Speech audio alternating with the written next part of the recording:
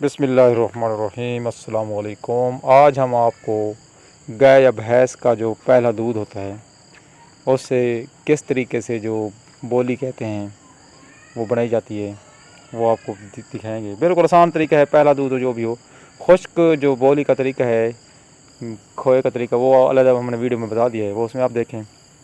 इसमें सिंपल ये है कि पहले दूध के अलावा बाकी जितने भी दूध आएंगे 3-4 दिन तक ये चलता है सिलसिला, उसमें पानी डालना होता है थोड़ा सा। जैसे जैसे दिन गुजरते जाएंगे पानी थोड़ा सा ज़्यादा डालना पड़ता है। पहले दिन बिल्कुल ना डालें, दूसरे दिन हल्का हल्का डालें। पहले दूध डालें, फिर उसके बाद पानी डालें, फिर इसको जो है ना उसमें मेवाजात डाल दें हल्के हल्के, ज़्यादा मकदार में ना डालें। ख़ास तौर पर ज़ीरा जो है और छोटी इलायची ये लाजमी डालना है। इस तरीके से इसका टेस्ट और जो जायका है वो बेहतरीन बनता है। अब इसको जिस मिसाल डाल के ख़ास तौर पर ज़ीरा, सौंफ थोड़े से और छोटी इलायची, सब्ज़ इलायची जिसको कहते हैं, वो डालने के बाद फिर इसको हल्की आंच पर हिलाना शुरू कर देना है। हिलाना बड़ा अहम होता, नहीं तो फिटकड़े बन जाएंगे इसकी। फिटकड़े जैसे बनती है फिर उसके खाने का मज़ा भी नहीं आता, कच्चे होते अंदर से।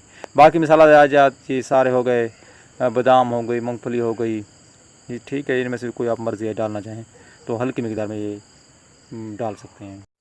2 मिसाले जाते हैं इनमें बड़े अहम हैं, वो लाजमी डालें, बाकी कुछ डालें ना डालें आपकी मर्ज़ी।